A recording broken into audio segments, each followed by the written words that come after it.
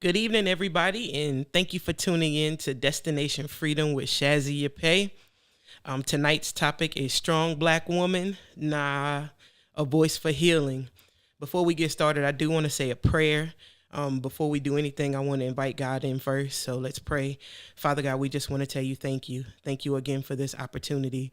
We pray, God, that you will speak to and through us. Let this reach whoever you want it to reach, Lord. And we pray that it's effective and that it's efficient and that overall that you are pleased and that you are glorified. In Jesus' name we pray. Amen. Man. I'm going to ask when everybody gets on, please share this video. The ultimate goal is to go live via YouTube moving forward. So we're going to do this on Facebook now, but the ultimate goal is to get it live on YouTube and to get our shares and everything there. All right. Just jumping in. I kind of want to give people time to tune in before we get started. I got a very special guest with me tonight. I'm excited about this episode. I got my girl, my Mama G, here with me live. Hey, we're about to do something special for God. Hey, Lanata, thank you for getting on. Y'all share this video.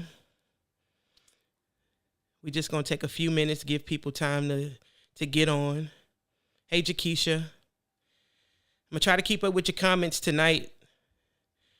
So y'all be patient with us as we progress. All right. I'm going to go ahead and get started. On the last episode, my first episode, which was my launch episode, I dropped a lot on y'all. And that was purposeful. That was intentional. Hey, Rashonda. That was intentional because I wanted to free myself to get to the gist of the podcast, which is to see people free and to see people healed and delivered. And I had to start with me in order to do that. Just wanted to give you guys a little update on me. I did drop a lot on you from my past, but an update on me. I am saved. I accepted my call into the ministry since then. I've been preaching for 9 years now. I own my business, Shazzy Creations. I'm a graphic designer. I am single, and I am waiting for my Boaz, my husband, to find me. So if you're tuning in, I'm waiting on you. Which leads me to my guest today. In 2004, I joined Galilee Missionary Baptist Church, which is now the Galilean House of Worship. And Gail was the administrator there. And in 2005, I randomly walked in her office trying to find my purpose, trying to find my destiny. I did not know Gail. I just walked in there, and I feel like God had a divine plan in sending me in her office. I'm like, Gail, I don't know what to do with my purpose. I don't know what to do with my life. And the first thing she did was she said to pray. She told me to write down what God told me in my prayer. She gave me the Purpose Driven Life book and told me to read that book. And we've been locked in ever since then. So Gail is my very best friend. She is my sounding board. She is my prayer partner. She cries with me. We talk daily. We work together. My perspective introducing Gail is a voice for healing. Gail she is a pioneer. She is somebody that I feel like I told Gail this privately, but I'm saying it publicly. Gail, your voice needs to be heard in the earth. So I pray that the people hear you tonight and that they will see you for who you are. So I'd like to introduce everybody or present to some people, Elder Gail N. Hagwood, A.K. Mama G, A.K. Mama Jeezy. That's my girl.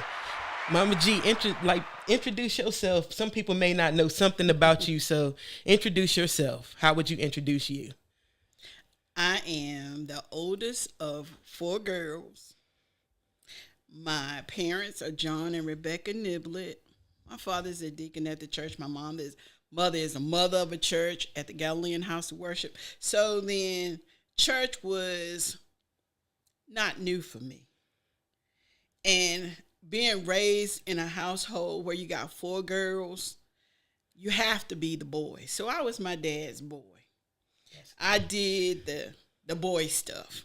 I helped him work on his car when he needed. I got his tools when he needed. I worked on things in the house when we needed that to happen because it was no boys. And I was the oldest, and it was a responsibility for being the oldest. Back then, if you're the oldest, you had to be the example for everybody else. And not only be the example, you had to take the responsibility for the family. So then at a young age, I was responsible for 3 other girls. So it was interesting childhood. I grew up, graduated from Martinsville High School in 73. I went to work at Toltecs. I was supposed to go to Virginia Union, but being me, they didn't get my paperwork right. So I said, okay, I'm going to work. And I started making money, and I liked it. Shoot. So then I worked and worked. But then eventually I got married, and I had a daughter, April. April is now working at Patrick Henry Community College. That's my friend.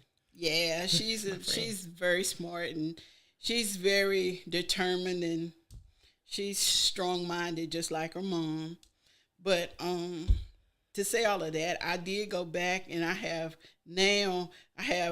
associate's degrees in electronic technology. I have associate's degree in business management, and I also have a certificate in business administration. So I got pretty good with school after school. Then I went to work at the Galilean House of Worship for Bishop Michael Penn, and it was demanding, it was different, but it was awesome, all at the same time. I always wanted to work at the church.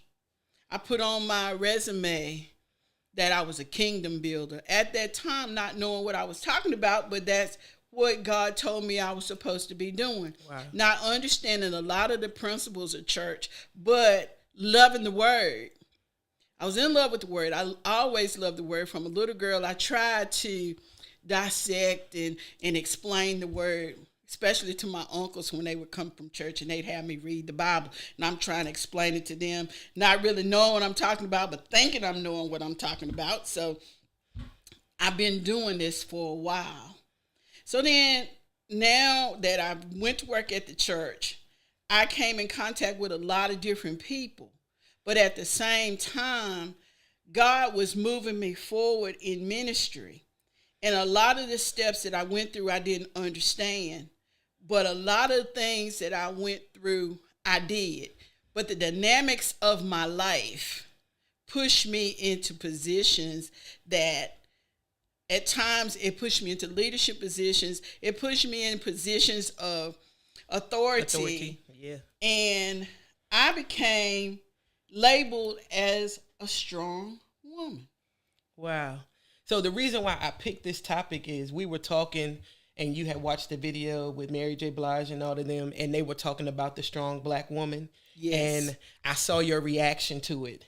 And when I was thinking about what could we do to help people, that's why I came up with this topic. Society depicts strong black women as mean, sometimes emasculating, as the fixer, as, just the strong black woman. But the strong black woman sometimes puts a strain on a person, I guess, for lack of a better word. Strain on you. It puts a lot of strain on you. And you and I talked about it. It doesn't allow you to feel because you have to be strong for everybody else. True. So, you're the fixer for everybody. I told you, I said, you're the fixer for everybody. You're everybody's fixer. When everybody has a problem, it seems like they call you. And then I was worried. I was like, well, who does Mama G talk to when she needs somebody? Because you carry such a load. I know that at 11 o'clock at night, I'm calling for nothing most of the time, but you're there. And I just about imagine, with your family, and you have other friends and people that you interact with. How do you handle that? How do you handle being labeled that, and how do you handle the load that it carries? The label strong black woman, like you said, society has put it so if you're a strong black woman, you're mean. You want to assume the position of a man, but you're a woman. You don't have feelings, and you don't need a lot. You don't need any nurturing, and that's not true. I don't consider myself as a strong black woman. I consider myself as a confident black woman. Talk about it. I've always been confident in who I was. I've always been confident in whom I was. I always been confident in the decisions that I made. I learned a long time ago, like I told you, by being the oldest for the girls, then that position groomed me to stand on my own. It groomed me to make decisions and stand on them. It groomed me to be smarter than everybody else because I was in the front of everybody else. So with that being said, I don't consider myself all the time as strong as people call me. Right. I consider myself confident. Right. And confidence is what you need to make things happen. Because if I make a boo-boo, I make it, I own it, and I don't do it again. Right. Right. So I'm not afraid to make decisions. I'm not afraid to stand on them, whether they're wrong or right. Right. But I learn from what I do. Exactly. And then being a fixer, a lot of times I can't fix it, but I can love on you and I can hear it and I can pray for you because I had to learn how to carry that. Right. But I had to learn also that I was not that important. At one time, I thought I was. At one time, I thought the world wouldn't work if I weren't in it. Wow. But then I got sick and I couldn't do it. Wow. And while I was laying in my bed, I saw that the world went on. And people did what I thought I had to do for them. They did it themselves. Right. Things still happened. So now I had to look from a different perspective. I'm not that important. Wow. So now I've got to teach you not to depend on me, but to depend on God. Right. And that's one thing I admire about you, because working with you, well, first of all, I remember we laughed about it last week. I remember when I first started coming to the church, but I wasn't working there, but I was helping you out. And I made a boo-boo. I made a real big boo-boo. And you told me to fix it. And for me, nobody ever approached me like that. You know, I'm not going to say taught. It was innate for me to hide when I made a mistake. It was my nature to hide my faults and my failures, you know, which that last podcast really freed me a whole lot because I wouldn't have done that, you know, put myself out there. But you was like, fix it. And you didn't say how. You told me to fix it. You helped me along the way, but you didn't fix it for me. And that was such a blessing because that's the nature of our relationship. You know, in my errors, I do lean on God first, but I feel like God gives you people in the earth realm to help you. And you're my person. Like you're that person for me. And it's such a blessing because you don't take the credit for it. But it's like when you open up your mouth, the wisdom flows out. The wisdom from God flows out in every situation. Like when I lost my car. Now that hurt you because I hid it. I hid it so well and it was very deceptive. But you talked to me and you expressed yourself from your heart. And we're going to get to your ministry. Your ministry is heart-to-heart ministry. And you'll be able to expound on that. But you asked me, Shasta, how did you get here? And you just kept asking me it. And I'm sitting there like, Mama G, I ain't paid my car payment. You know, but it was deeper than how did I get there? Literally, it was how did you get here? And these are conversations that you have with a lot of people. And what makes me angry sometimes, because I know you very well, is people will label you as mean. When you're not mean, you're direct, you're honest, you're loving. You know, you don't sugarcoat what needs to be said. And for a person like me, I need that. You understand what I'm saying? I need that. And it's been such a blessing in my life that here I am now. Look at me now. Look at what I'm doing today. Something that I would have never have done had it not been for God and putting you in my life. But we're going to talk about Heart to Heart Ministries, which is your ministry. I believe you're, what is it, the word I'm looking for? Heart to heart. Shoot straight from the hip to the heart. To the heart. And if you know Gail, you'll hear her speak very real. You'll hear her speak very direct, but it's heart to heart. She shoots straight from the hip to the heart. She's not going to, you know, she'll give you the cookie. Her and Bishop taught us, you know, give them the cookie. I'm going to tell you what I have to say. I'm going to cut you. Then I'm going to give you some love on top of it. But when people are easily offended, it's kind of hard. How do you deal with doing heart-to-heart ministry and dealing with the offenses or the offensive people in the process, if that makes sense? It does. And it's about love.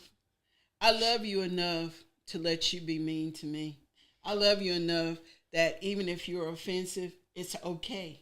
I love you enough to cut you and then mend your wounds and let you heal. Yeah. See, a lot of times people think that you're mean because you know I'm hurting and you hit me anyway. When you lost your car, you were hurting. But I had to cut you. And I told you why. I said, you need help. You did. And if you're going to be in here with me, that little girl in you. Let's talk about her. She's got to heal. Yeah, you did. Because she's got a bad habit of running and hiding things. And it's not going to work. When you're an adult, you got to take on adult responsibilities. You got to take on adult thinking. And you've got to act and operate as an adult. And you can't do that when you got all of these childhood issues, all of these baby issues that you won't let go. And sometimes you don't know you got them. So you need somebody strong enough to tell you you got to fix it. Yeah.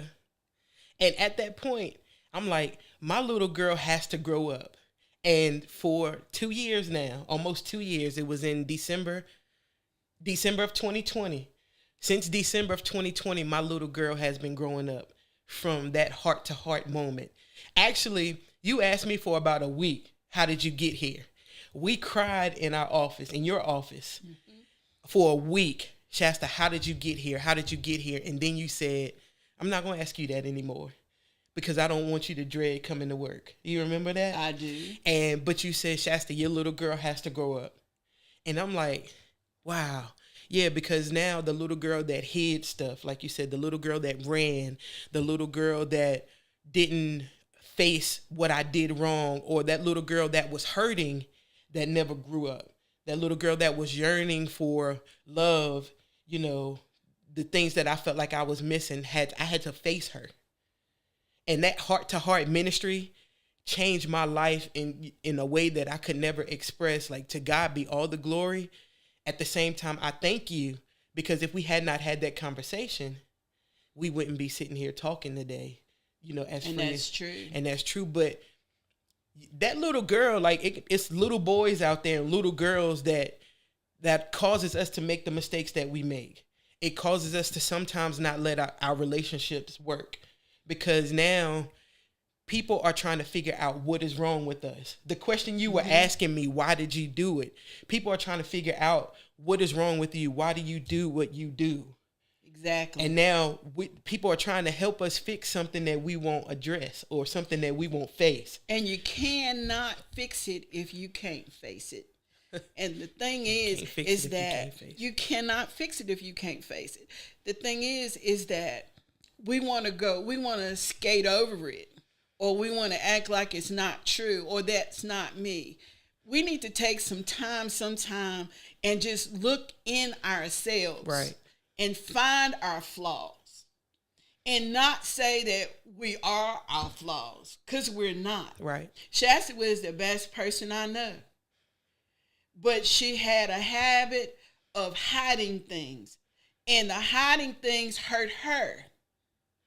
You don't lose your car when you got money in your pocket to pay it. Right. You don't. But why do you do that?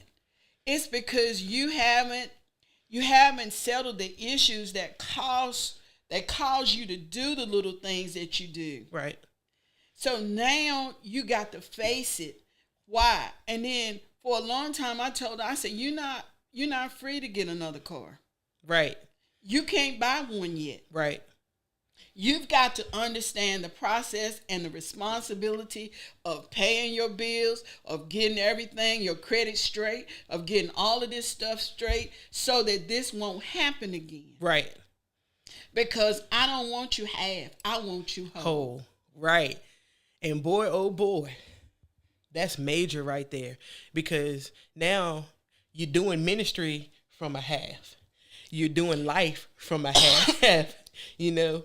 But if you never have a Mama G to tell you that, you know, and love on you while they telling you, love on you while you're growing up, then you'll always stay there. You understand? Mm-hmm. And that's the beauty of you. I brought you on here because you do stuff, you talk so much, you help so much with your words, if that makes sense, like with the love of God that exudes out of you, the wisdom from life. You call stuff as they are. Like, you call a spade a spade. And I want people out there to know that there's help here. Does that make sense? And it is, but you gotta want it. You gotta want it. See, the thing is, when she said, when I talk to people and they get offended, how do you handle the offense? See, God blessed me with a Barney spirit. He doesn't let me dwell on the offensiveness of another person. Right. He lets me pray for you and let it go. Right. Because I cannot determine how people are going to react, not even to me. Right. But I can determine how I act to another person. Wow. I can determine how much I'm going to love you, whether you feel like you being loved or not. Because sometimes love don't feel good. Sometimes we got to do tough love. And people think by covering up, by appeasing people, that you love them.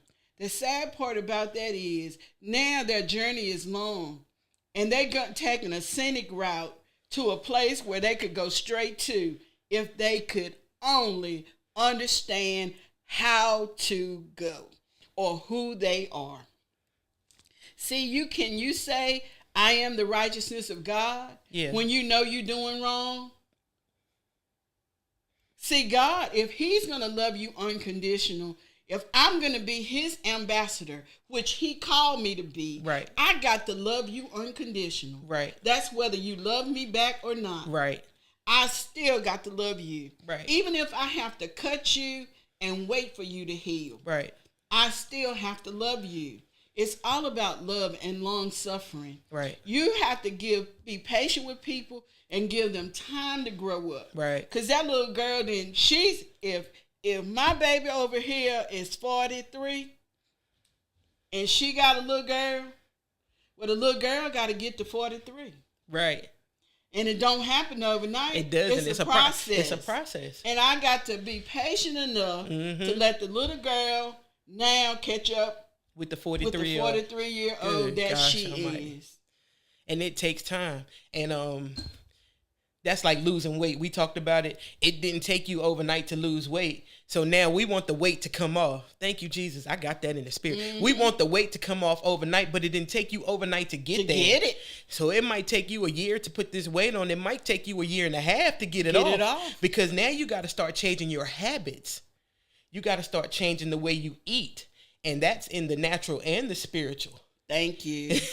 So we do a lot of things in the spiritual, you know, and we thinking that some things are gonna happen overnight. Sometimes God will perform a miracle and take the process out of it. But some things we got to change our habits.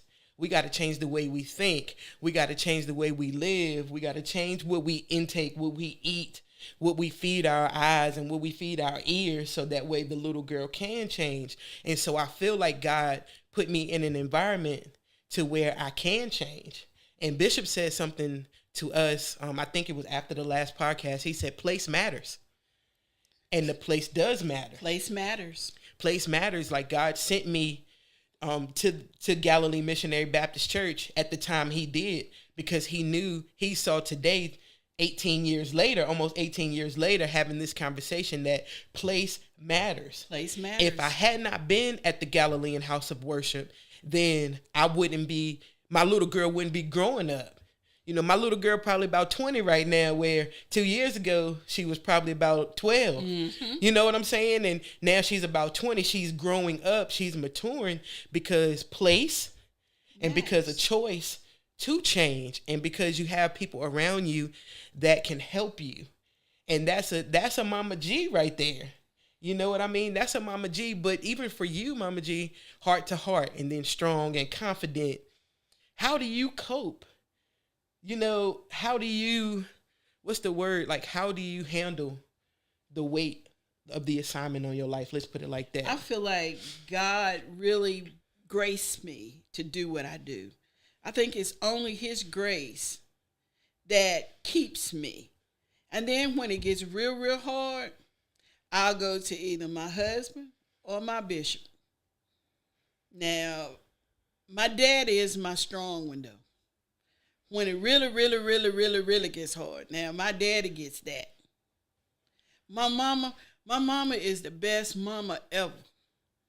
But you know, she loved me so much that she ready to go to battle. She ready to fight, right? Yeah, she ready to fight for me. Now, you mess with my baby, I'm going to have to get you. Right. But I need all of that. Right. I need to know that I have that. I have a strong corner. Okay, good. I got strong people that I can talk to if I need to.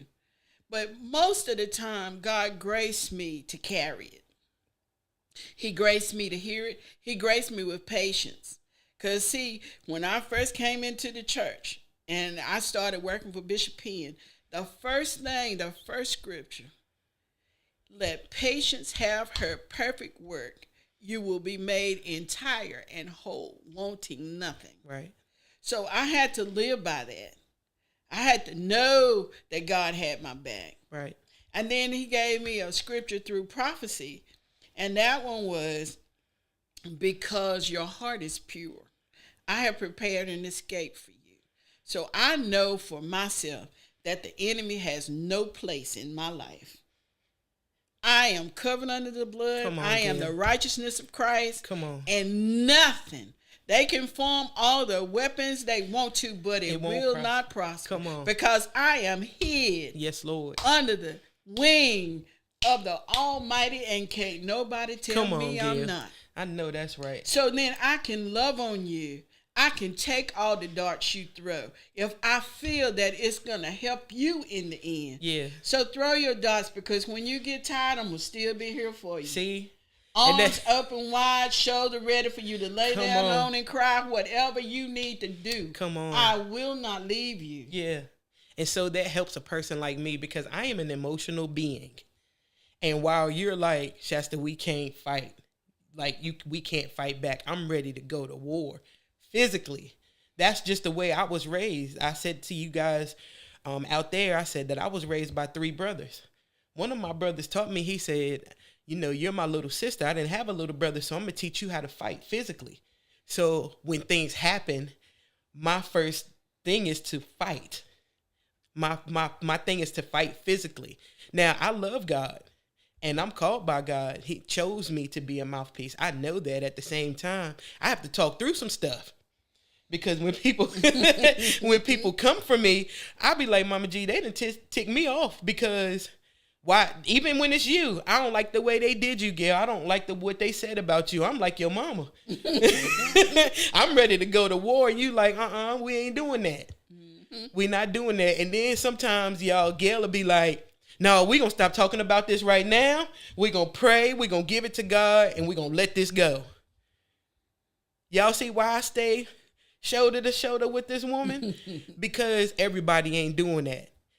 Most people are ready to go to war with you, which I know you'll go to war for me, but we taking the wise way, you know, the spiritual wisdom type of way out.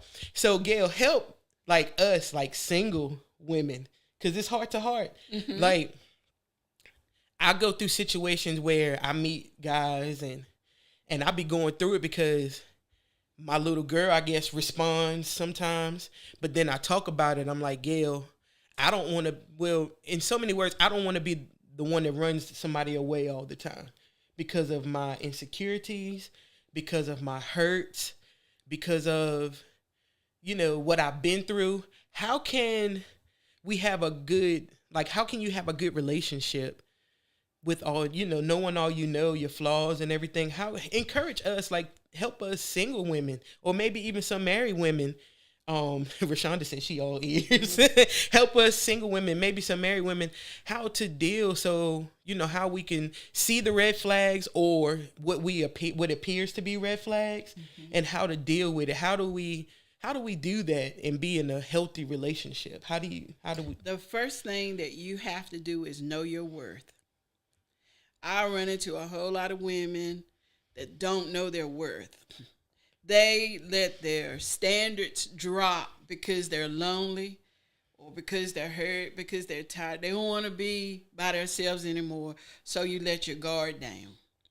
I'm going to tell you today, you got to know who you are and whose you are. You got to know that you're a queen. You got to know you are of the royal priesthood.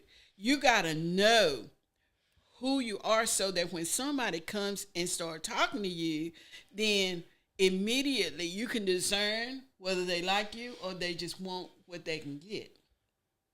See, if you settle, you're only going to get what you settle for. Wow. So if you really, really want somebody, in the first 5 minutes of the conversation, you know whether or not this person got you at heart. Help. Because in that first 5 minutes you meet that person, if they never ask you anything about you, and they tell you what they want, who they are, what they got, where they going, what they gonna do, then they don't want you. You're not a part of that plan.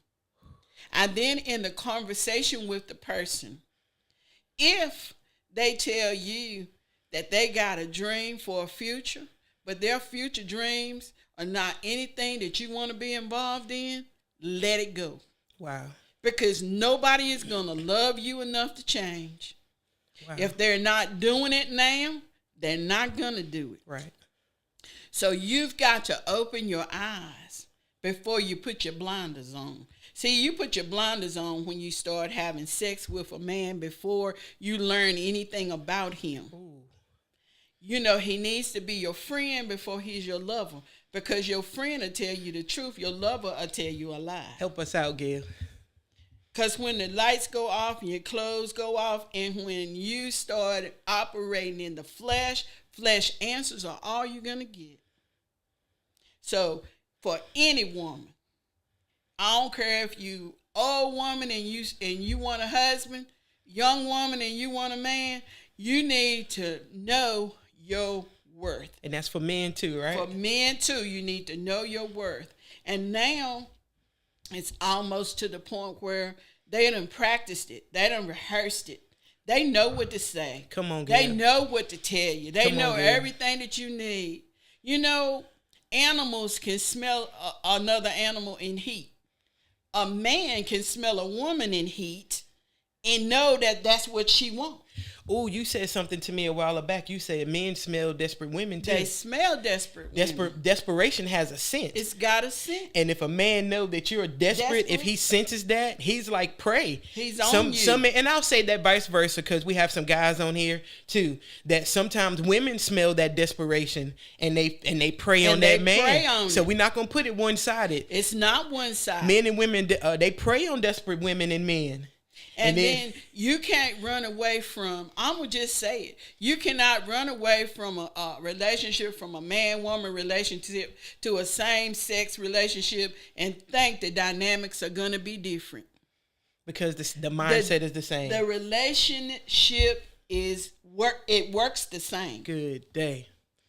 I don't care what sex it is. You've got to know the dynamics of relationships. Mm-hmm. And if you don't know, you need to counsel with somebody who can help you.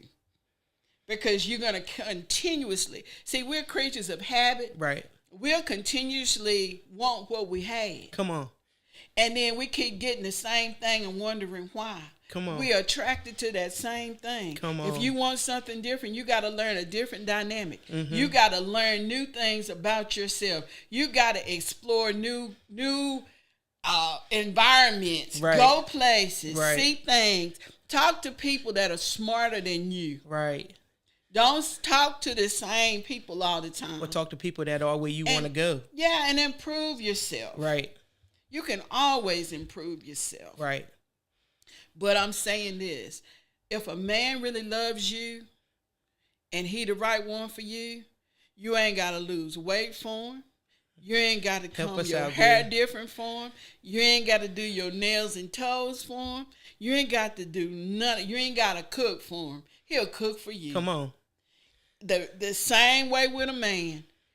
If it's somebody you like, you want to do things for him. You love him. You want to love him. Right. And they want to love you. Right. But don't waste your time loving somebody who you know don't love you. Come on. You know they don't have your best interests at heart. Come on. You're just wasting your time. And I'm going to tell you this too. It don't take no long time to figure it out.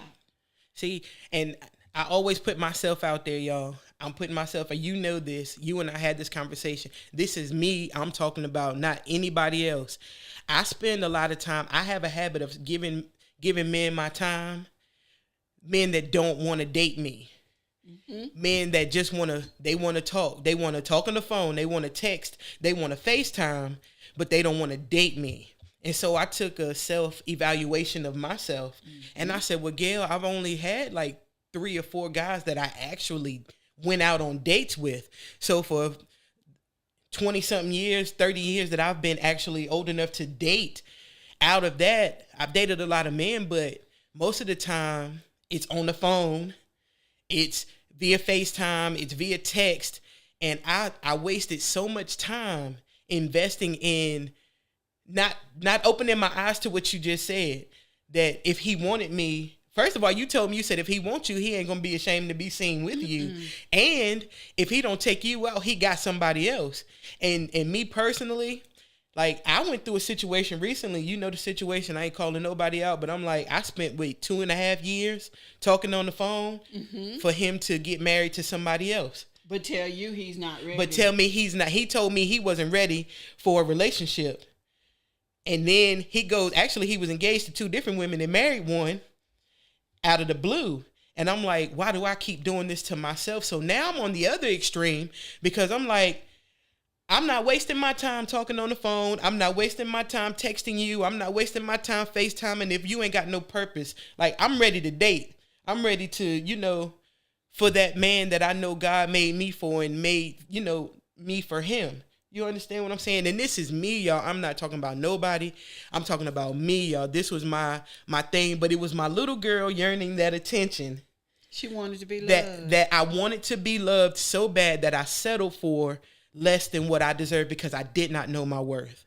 I did not know my value. And so now I'm on the other extreme, Gail, to where I'm like, I ain't giving you but so much time before. So help me and help us to, how can we date, like Lanata's, how we date on purpose, but how do I, on my other extreme, not be too aggressive to where, you understand what I'm saying? See, my thing is now, if you're dating this guy, you got to have conversation.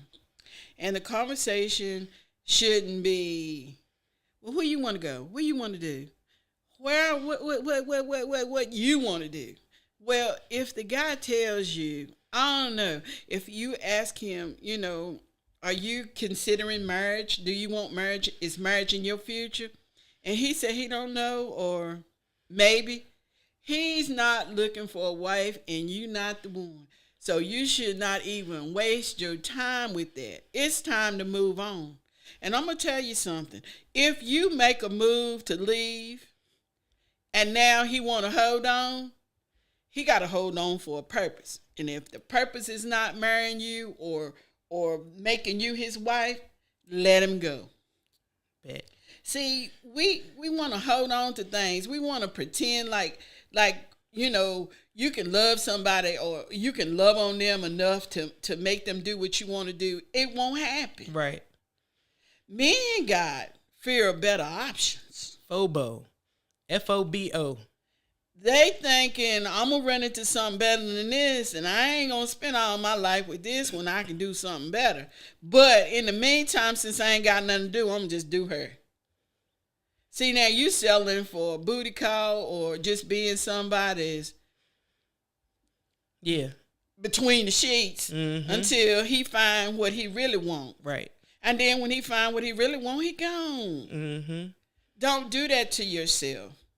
You better than that. You're a queen, a princess. You are of the royal priesthood. You got to know who you are. Right. You are the righteousness of God. And God got somebody for everybody. And if you want a man, pray for one. Tell God to send you one. Because, see, I said it. Brandon Wimbush, he confirmed it. Men are hunters. They want to hunt. They want to find the woman. They don't want the woman to find them. Women, stop looking so hard and let the man find you. Learn how to be that woman that any man would want. Wow. You don't have to take your clothes off to do that. Carry yourself like the queen you are and watch what the kings do. Hey, man, good day. Y'all tapping into what we do on a regular basis, but this is just real talk with us because this is how we talk. And I struggle in that area, and I do want it. Now, I'm not desperate. I'm at the point now, I'm content, single, but I do want my companion. I want that man that, that I can spend the rest of my life with. You know what I mean? But I think for me, it's the little girl growing up. It goes back to the little girl growing up because now when I get that attention, I'm blinded by that from his real purpose or his real intent. And so that's been my struggle for years. That's been my struggle. And so now when I say I want to date, I had a guy tell me, yo, you want a Cliff Huxtable. No. You want a real man. I want a real man. Like, real talk. I just want a real man. I want somebody. A helpmate. A helpmate. Somebody to share my life with. Then I had somebody to tell me, oh, you just want to date. Women that say they want to date just want to spend up a man's money. No. And I'm like, are you serious?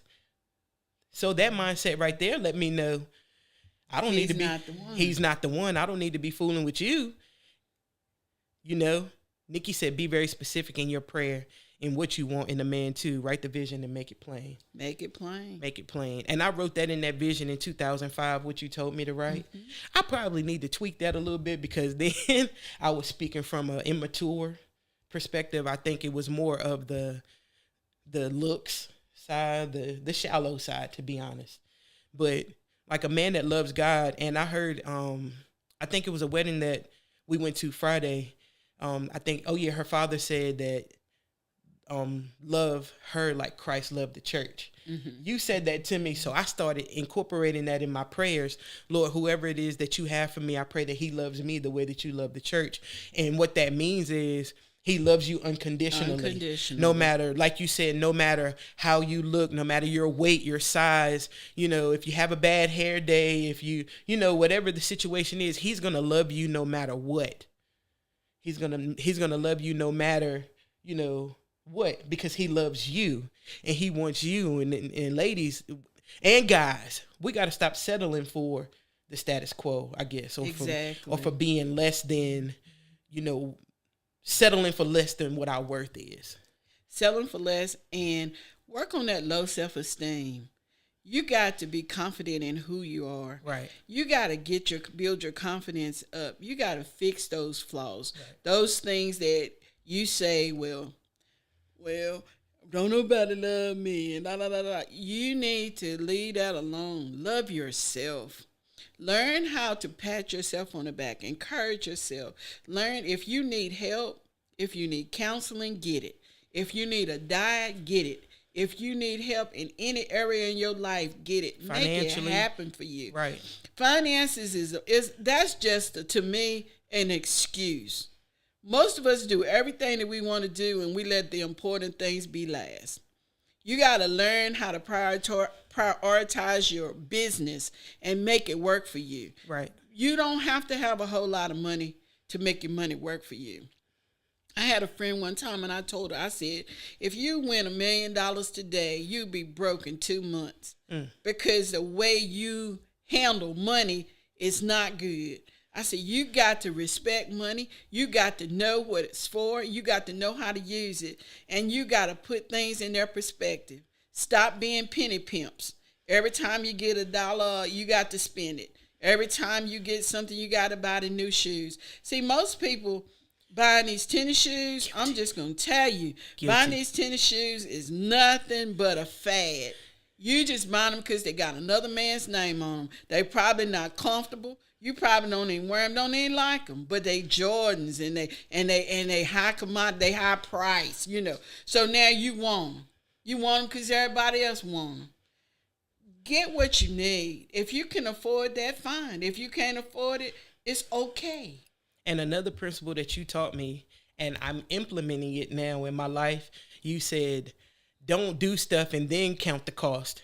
Count the cost before you do it. And that goes for any area of life. That's not just financially, that's mentally, that's physically. Count the cost. Count the consequences before you make that decision, before you make that phone call, before you even a post on Facebook. Count the cost. And I would get a little frustrated with my senior family, with you and Pastor, because I was the queen of subliminal messages on Facebook, not counting the cost of how it's hurting, not just me, but it's hurting the people that I'm supposed to be ministering to. Exactly. So now I scale back. I think about it, well, I don't need to say that, or I don't need to put that out there. And for a long time, I'm like, Gail, this is my Facebook page. I'll do and say what I want to. And you was like, yeah, you can. It's your page. Mm-hmm. But if you're going to do more harm than good, then maybe you don't need to say that. And so now everything I do, I try to think I don't want to kill my witness. Exactly. I don't want to kill the ministry. I don't want to kill what we doing now because I'm, being so simple-minded, or I'm counting the cost afterwards. I do what I do. After you share that, or after you say what you say, now you want to think about what you did, or you can't take them words back. You can't take it back. So you got to count the cost before you do what you do, before you spend that money, before you date, before you, whatever it is you do mentally, before you expose yourself to certain things, you got to count the cost. You got to say, okay, is this going to benefit me, or is it going to put me in a hole? Exactly. And that's in every area of life. You got to count the cost. Exactly. Before. Even with your friends. I asked you one time, you was hurt because somebody had left out of your life and they told you that, I don't want to be your friend anymore. I said, well, what did they bring? What did they add to your life? I'll never forget that. And so now it's easier because I latch on. You understand? And it's the little girl. I keep referencing it because she growing up as we talk. You understand what I'm saying? But it's the little girl that latch on to people. I love people. I said it the last time on my live. I said, if I love you, I love you. If I'm all in, I'm all in. Yes, I make mistakes along the way. All of us do. But I would never do anything intentional to hurt anybody, much less the people that I really, really, really love. You understand what I'm saying? So when people walk away, I have a hard time with that, because of rejection stuff. But now I'm thinking about, well, what did they add to my life? Now it's easier to kind of, okay, they go, man, I ain't spoke to, them in ages. Exactly. And if you don't miss them when they're gone, maybe they didn't add and maybe they didn't add what you thought. Sometimes people will go, and now the phrase people come into your life for a reason, season, and a lifetime makes more sense as you get older, because there's a reason why somebody comes. There's a lesson that you have to learn, and then there's those seasonal people that come in for a spell, but they're going to go with the wind. You get very few lifetimers. And that's true. But you got to know, they come for a question that they got, and you got the answer. And that's okay. Let them go. Right. So if they come back 10 years later with another question, you help them and then let them go. Let them go. And so that's a lesson that you teach me too. Because you say that a lot. You said very few people come in your life to stay. They don't come to stay. A lot of people don't come to stay. They come for a reason. You answer a question and then they're gone. And I guess that helps build you too. Like build you, like being strong. Well, not strong, confidence in you. And so that love you, I seen April said that loving yourself. I love me. I'm confident in me. That means a whole lot. But you like little birds to me. Yeah. Like you rest in my nest until you get strong enough to fly. Yeah. And then when you get strong enough to fly, you can fly on, and now you are a successful person and a successful citizen that, that understands life. And then I can watch you grow. I don't have to help you grow. Right. I can watch you grow. And you can always come back. And so the beauty of Mama G and the life of somebody like me, here I am 18 years later, 17, 18 years later, 44, where I was like 24, 25 or something like that when I first talked to you. Now I'm that person that people call for advice. I'm that person that people call, Shasta, can you pray for me? Can you pray or can for you me? pray Can you with help me? Or I have this situation, or I have that situation and they need help. And so in my growing up, I see it more now, more frequent now, that people are just like, random people too, can you pray for me? And I think because you had it, now you can be more patient with the people when they come to you. So you asked me, how do you do it? Somebody had to be patient with me. Because I remember Rambunctious Gale. I remember the one who, I dropped one on you and then didn't even look back to see where you fell. Right. But at the same time, I had to get past all of that and heal me. Yeah. Man, me. But see, my healing came hard too, because God had to show me. He had to show me. And me wasn't pretty. And a lot of things that I did, I said, oh, no, I didn't do that. I was even in denial with myself. I didn't feel I did, but I did. But when I came face to face with me, and now I want to be better, then I had to let all of that go and face me. Yeah. And when I did, it was a cleansing. It's a purging of all of that mess that's in you, even your thinking. Right. You got to think different. You got to react different. You got to talk different. Right. You got to walk different. Right. You got to walk out everything that you know about God. Right. Because when God comes into your life, you said you were talking about heart-to-heart ministries. I can tell you how heart-to-heart ministries was birthed. God gave it to me, and it came in a vision. In a vision, he gave me a sack, and in the sack, it was filled with saved substance.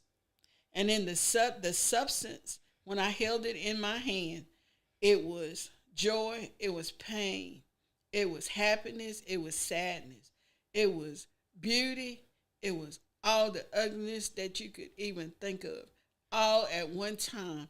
It was in that bag. That all of that was me. But he gave me life, because the being that gave it to me was light. And I said, okay, God. Wow. I said, it took me a long time to understand, because the scripture was in Hebrews. Now faith is the substance of things hoped for, but the evidence of things not seen. My faith had to heal me. Oh, wow. Okay. My faith in him had to be my healing. Mm-hmm. And that was my saved substance. I understand. Right. I understand what it meant, what it means now. At that time, I didn't understand. He told me, I have given you everything that you need pertaining to life and godliness. Right. All you got to do is live it and walk it out. So I had to learn how to do that. But at the same time, when he called me an ambassador. An ambassador is a person who speaks directly from him to his people. He gave me the right to do that under the direction of Bishop Michael Penn. So he gave me a place to do it. But he told me what I had to do. Right. But he also said the word had to come. He knew me. He knew me inside out. Mm-hmm. And if he gave it to me, then I have to speak it the way he gave it to me. Right. I can't change Gail. But I tell you what, I can give you all the God in me, from my heart to yours. Mm-hmm. Heart to heart ministries. From my heart to yours. And it may sound or seem hard sometimes, but it's the truth. It's love. And it is love. It's love. Because he told me a long time ago that love is a choice. Yeah. I choose to love his people. Yeah. I choose to help. I choose to help heal. Right. I choose to counsel. I choose to be patient. I choose to love you Right. with all of my heart. I'm that dedicated person. I don't miss. I don't want to miss. I'm connected. I don't want to be unconnected. I've been there one time. Yeah. To not hear God or to think you done messed up is hurtful. Yeah. Now, you think something hurt. People can't hurt you like when Feeling you like think you done messed up with God. Yes, Lord. They ain't that their little hurt, their little stuff they do don't compare. Mm-hmm. Especially when you know that you done messed up. Mm-hmm. And you know more than anybody else whether you can messed up. Yeah. And the best thing to do is ask for forgiveness quickly. Right. And keep living. Dr. Jonathan Hooser said you got to frame yourself in God. You got to frame yourself That was good. in Him. You got to frame yourself in God. Guys, we've been on for almost an hour now.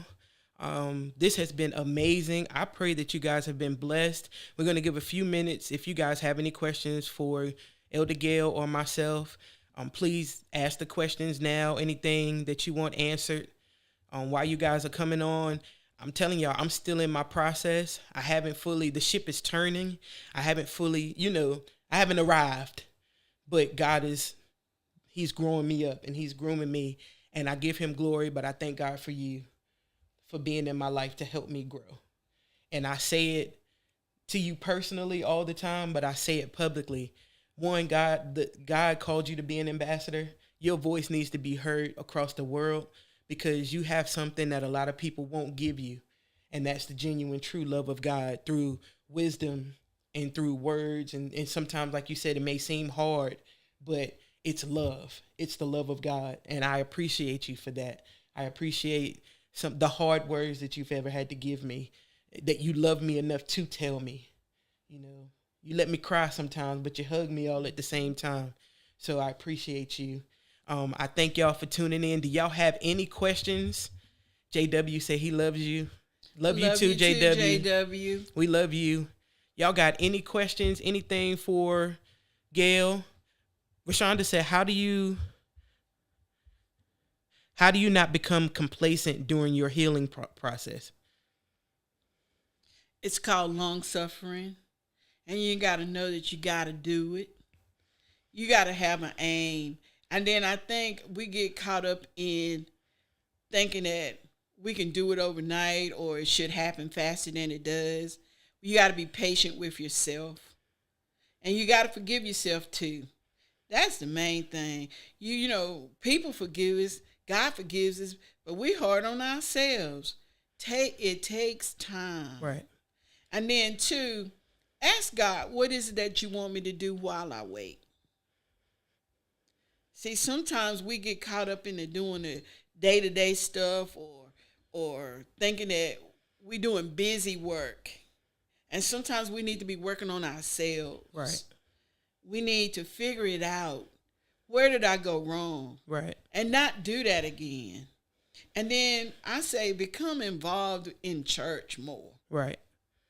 Do more than just, just come on Sunday. You got to do Bible study. Study for yourself. The answer is in the Word. Right. And His nature to hide. So you got to go seeking Him. He's not going to come seeking you. Right. But Rashonda, be patient with Rashonda. Wow. April, thank you, because this is going to answer some questions. She said she missed the first 10 minutes, but did we talk about the prayer? Guys, the prayer is, Gail taught us this. Especially like when we're considering relationships. The prayer is, God, if this is you, make it work. If it's not you, shut it down. I done added something to it. Don't let me waste no more time with this situation. And y'all, that's why I'm single. I done prayed the prayer, Lord, if this is you, if He's for me, Lord, make it work. If it's not, shut it down. And Lord have mercy. He shuts them down. Y'all pray that prayer if you really want to. And it doesn't take long. It don't take long. Now, if you really, really, really want to know if you're looking for a relationship, whether male or female, pray the prayer. If it's a job, if it's a whatever opportunity that you're seeing, if it's something that you really want God to answer, y'all pray that prayer. God, if it's your will, make it work. If it's not, shut it down. And I promise you, it ain't going to take long. It won't take long. You'll know. You'll know quick. Y'all got anything else? Pastor Corbett. Hey, everybody, I don't want to start calling names because I don't want to miss anybody. Y'all got anything else before we log off? Cherie, he'll shut it right down. That's right. Mama G, see the comments. Yes, he will. He'll shut it down. He'll shut it down quick. He ain't gonna let you spend too much time. You welcome, Fiona. Thank y'all for tuning in. Hey, listen, share this live. Actually, I need y'all to go subscribe to my YouTube page, Destination Freedom with Shazzy Yapay. I need you to share that. That's where we want to eventually go to and want to get all of our views and everything there. So share it, share it, share it. Pass the word. Pray that prayer, Tish. Yes. Pass the word. Share this video. Y'all, let the world hear what you guys experience. Exactly. Yeah. Fiona said we definitely was blessed. Thank you so much, Miss Gail. Love you. Anybody else got anything? All of y'all. Love y'all so much. Thank you again for tuning in. This is Shasta Heflin, Elder Gail in Hagwood. This is Destination Freedom with Shazzy Yapay. Thank y'all for tuning in. Love y'all. We will see y'all in 2 weeks on the 17th of July. My guest is going to be Mike Venable and Elizabeth now Jones. She's a Jones now. She was a Pilsen. So Mike Venable, we're going to be talking about overcoming depression. Hold on, we got another question before we go off. When referring to knowing the word and having a relationship with God, where should you start reading? Should it be at the beginning of the Bible? No. Read John. Start at John. It's the easiest to understand, the easiest to read. Is that in the beginning in was the New word? Testament. Mm-hmm. In the beginning was the word, and the word was God, and the word was with God. Bishop Penn is on. Bishop, we love you. Love you, Bishop. We appreciate you. Did that answer your question, Rashonda? Anybody else have any questions? We got a little delay on our end, so we'll wait a few seconds or a couple of minutes. So again, hey, look, y'all see my shirt, Destination Freedom with Shazzy Yapay? Shout out to Marcus Harrison, Marquee Customs. He did that for me. So if y'all ever need anything done, he can take good care of you. If you enjoyed this broadcast, please send us a bunch of hearts. Yeah, send some hearts over. Anthony said, after John, where should you go next? Tell them Luke. And Acts. And then I feel like church. I feel like God will lead you then. And in your reading, I know we like our cell phones, y'all, but if you really get a Bible, get a Bible and read it. It's going to give you references, scriptures to reference. That's going to take you all through the Bible where you see where it correlates and it comes together. Mm-hmm. So, y'all, let's get a real Bible. Let's get back to that. Sometimes, and Bishop says it a lot, and I'm in the between generation between the baby boomers and the generation, the millennials. Mm-hmm. I'm Gen X. So I'm in between. I love my cell phone. I love my tablet. But get a Bible, y'all, for real. Mm-hmm. Get y'all a Bible and sit down and read it. Get rid of the distractions. I promise you, God can speak to you in ways you never imagined. Seriously. Yeah, I'm in between. We're going to have to get Bishop. We're going to have to talk with him. I'm in between. I work with baby boomers. And I'm the one that helps bridge the gap between the generations. So a lot of times it's me, Gail, and Bishop, which they're baby boomers. I'm Gen X. And then Brandon to come in. He's a millennial. And we feed off of each other. So actually, we need each other. We need each other. So don't let the so-called stereotype that the generations can't work together, because we can. This is an example that we can work together. Jonathan said, ask God to give you insight. When you're reading, y'all, ask God to give you insight. Exactly. All right, y'all. This is it. Destination Freedom with Shazzy Yapay. My special guest, Elder Gail Hagwood. We love y'all. Thank you for tuning in. Have a great night. God bless you. Good night.